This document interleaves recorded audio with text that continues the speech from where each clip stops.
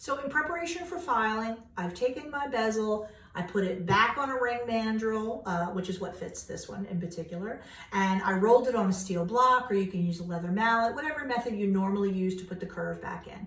That's going to speed up my cleanup considerably.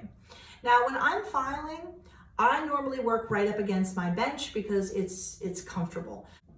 Some people like to use the bench pin. If you're comfortable using the bench pin, go ahead, but I've said many times, they tend to poke me in the boobs, and I don't love that so much. So I work right up against the bench, but the point is, you wanna be supported. Anytime you're trying to work like up in the air, you're kind of fighting against yourself, and that's not good, you know, for the health and comfort of your hands and wrists, and you'll definitely not be like in your flow if you're focusing on like you're pushing and you're pushing back and you're pushing and you're pushing back.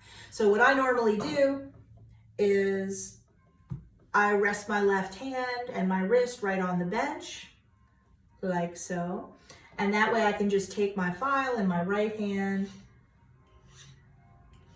and I'm just following the curve, because the point of it is, this is a curved seam, so I'm gonna follow the curve. If I had something very straight that I needed to like, you know, top off or like get the edge of a shank nice and level, I'd position it up against my bench and I would file straight across. But in this case, I want to follow the curve. I'm not trying to put a flat in here. So always think about the shape that you're trying to attain when you're filing. And this is one of the many reasons why this file is like my favorite. It just sort of glides along.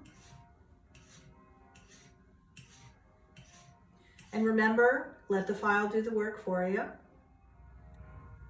So you can easily see just those few strokes that I just did. I've already got a nice section of it cleaned up and smooth. That's why this file is like my favorite thing.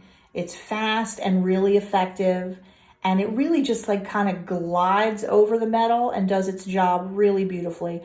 Much nicer than any other one I've used, and I think I've tried them all.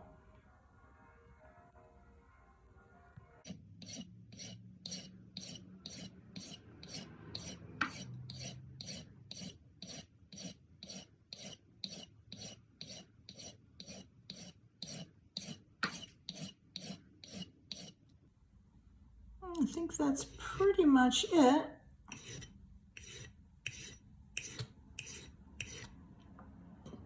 Yeah, there you go. That's the seam entirely cleaned up.